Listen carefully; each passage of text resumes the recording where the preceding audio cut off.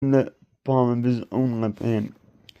Dip his forefinger into the oil in his palm, and with his right finger sprinkle some of it before the Lord 7 times. The priest is to put some of the oil remaining in his palm on the lobe of the right ear of the one to be cleansed, on the thumb of their right hand, and on the big toe of their right foot,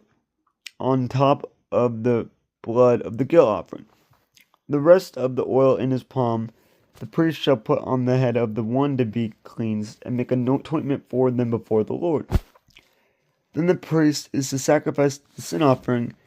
and make an ointment for the one to be cleansed from their uncleanness. After that, the priest shall slaughter the burnt offering and offer on the altar, together with the grain offering, and make anointment for them, and they will be clean. If, however, they are poor and cannot afford these, they must take one male lamb as a guilt offering to be waved and make anointment for them,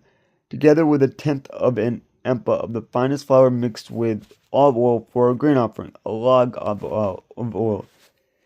and 2 doves or 2 young pigeons, such as they can afford, one for a sin offering and the other for a burnt offering. On the 8th day they must bring them for their cleansing to the priest at the entrance to the tent of meeting before the Lord. The priest is to take the lamb for the guilt offering, together with the olive oil, and weigh them before the Lord as a wave offering. He shall slaughter the lamb for the guilt offering,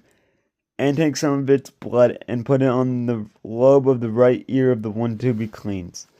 on the thumb of the right hand, and on the big toe of their right foot. The priest is to pour some of the oil into the palm of his own left hand, and with his right forefinger sprinkle some of the oil from his palm 7 times before the Lord. Some of the oil in his palm he is to put on the same places he put on the blood of the guilt offering, on the lobe of the right ear of the one to be cleansed, on the thumb of their right hand, and on the big toe of their right foot. The rest of the oil in his palm the priest shall put on the head of the one to be cleansed, to make anointment for them before the Lord. Then he shall sacrifice the doves or the young pigeons, such as the person can afford,